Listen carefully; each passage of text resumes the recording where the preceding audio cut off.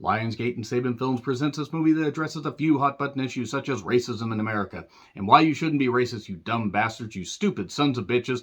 Don't judge people based on their skin tone. Judge how they actually are as people. It's not that fucking hard to do. Quit being ignorant, you stupid, ignorant motherfuckers. And also it does address how elderly people are handled here in America. Basically, a lot of them are just shoved aside in old folks' homes, in retirement homes, and basically they're just forgotten about, and let's just visit them on their birthday and maybe during the holidays, and then eventually grandma, grandpa, aunt, uncle, whatever, whoever was there for us, they can die because old people, ew. If your elderly relatives were actually there for you, or people that are like your blood were there for you, don't fucking forget about them. They were there for you, be there for them. And also, it does talk about the inner workings of the fast food industry and more. Presented American Carnage. Written and directed by Diego Havalas. Also written by Julio Havalas. In the words of an iconic duo on a cartoon series, no relation. Actually, I kid. They are brothers. They have other credits on IMDb. You can check that out. One produced Trespassers. I still need to watch at some point. And this stars Jenna Ortega, who is literally everywhere. She was in Scream. She's in X. And just literally everywhere. It's amazing the amount of movies she's been in already, and she's only 20. When I was 20, I was working at a movie theater. What were you doing when you were 20? And if any of you are under 20, quit making me feel so fucking old. Speaking of old, yeah, this movie has a few ideas from other movies, and it human centipedes them together, but in a good way. This kind of reminds me a bit of like if they took Emergency, the Amazon movie that was actually pretty goddamn good with some great social commentary, mix it with parts to Clonus Horror. If you've seen that, that's not necessarily a spoiler. And also another movie that I'm not going to say the title yet. I'll say that for spoilers, but the plot's pretty obvious. And in fact, I will say that maybe the only detrimental thing about this is you can kind of guess where it's going from the very beginning. But the way it tells the story and the characters, it's really, really quite good. In fact, I'm not going to mix words. I fucking love this movie. I wasn't so sure how to take it at first. I'll explain the plot here in a little bit, but I will absolutely say you need to watch it. It's about $8 on Amazon right now and 100% worth it. So besides Jenna Ortega, there is Jorge Lendeborg Jr. I'm sorry if I got that wrong. He plays JP. There's Alan Maldonado. He plays Big Mac. That's kind of the fast food element that comes in a little bit later. There's Eddie, Eric Dane, there's Brett Cullen, and with Jorge Diaz, Bella Ortiz, and Yumare Morales. And there's other people in this as well. And basically, what ends up happening is JP is working at a fast food joint, Lady Liberty's, and it's like a knockoff McDonald's chain, and he has to deal with racism. It's set in an undisclosed state, but I would imagine Texas or somewhere close. Maybe California, possibly, like Southern California. But there's a lot of racism going on here. There are people just throwing out various terms towards Hispanic people that I'm not going to mention here, and please do not fucking mention them in the comments.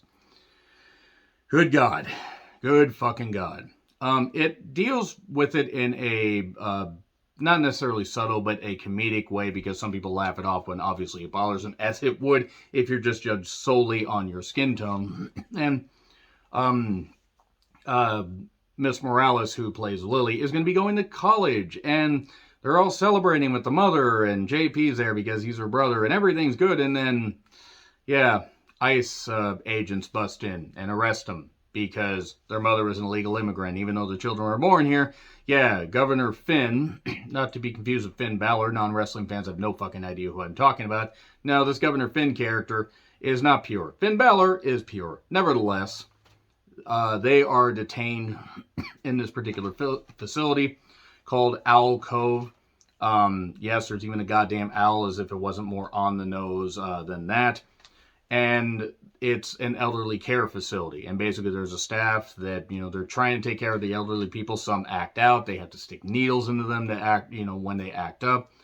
But then it turns out that there's something more sinister going on here, and it could all tie back to stuff that was referenced earlier in the opening minutes of the movie.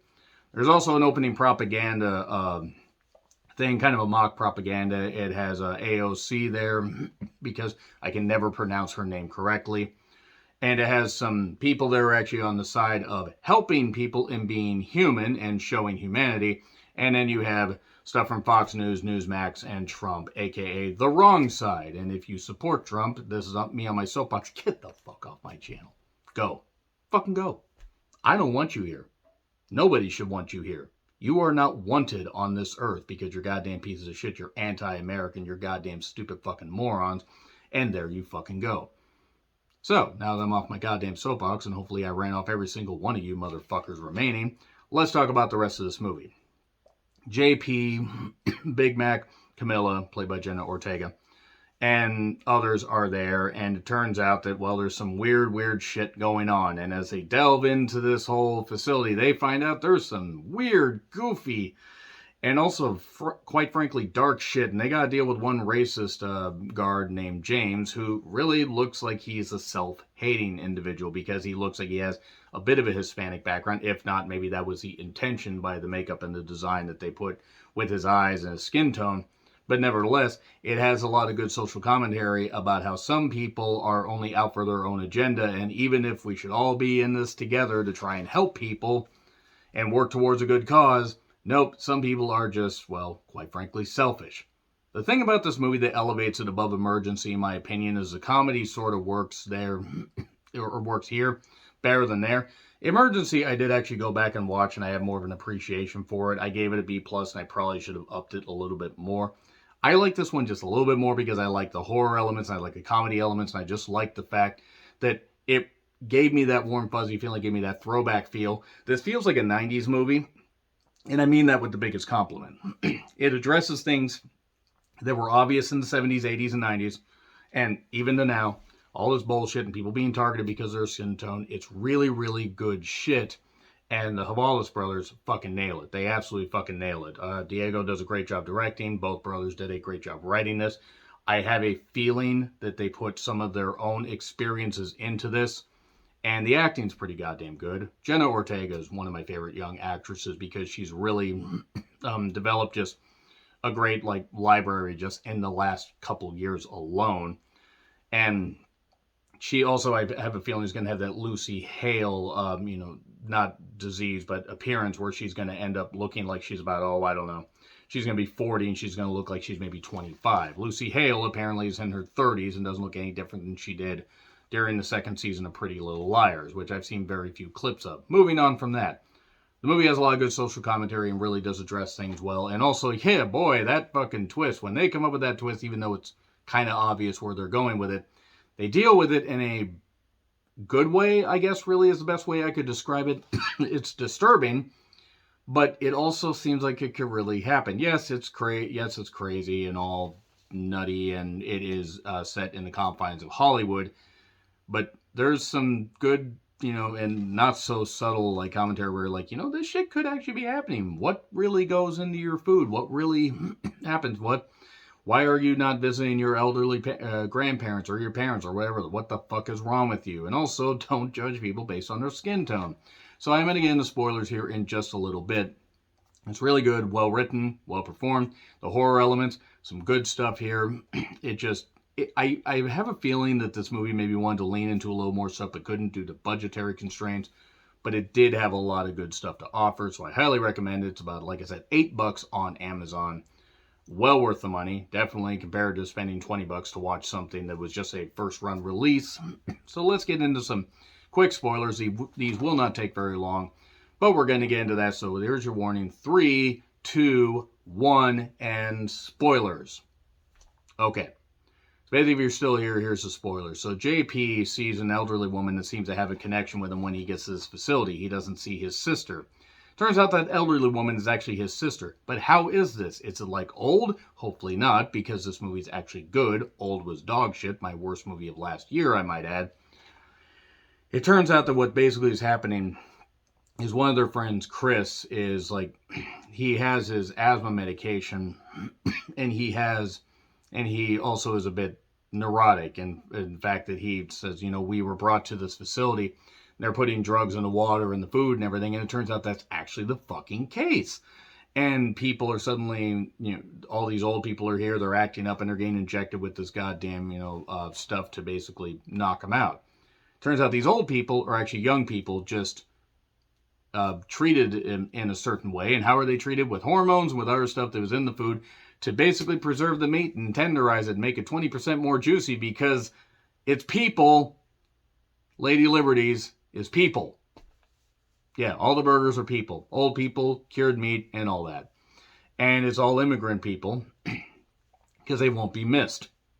And also, it turns out that one of the people in the group, Bella Ortiz, is actually somebody on the inside. It turns out that she's actually being kind of offered to, she was offered an opportunity by Eddie, the boss, to basically, hey, help us out and we'll help you.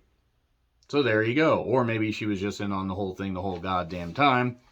And yeah, there's other people start to turn in, old people. Like, the aging process takes a little bit. At one point, there's like the sides of the face were on JP and on Camilla.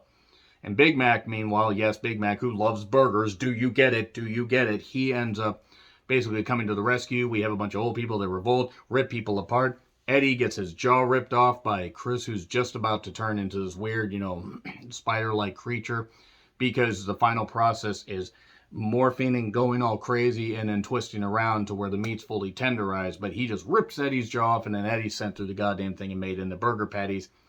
And meanwhile, the governor has fled the country because he's a coward, just like anybody that supports Trump is a goddamn coward. Just want to say that on my soapbox again.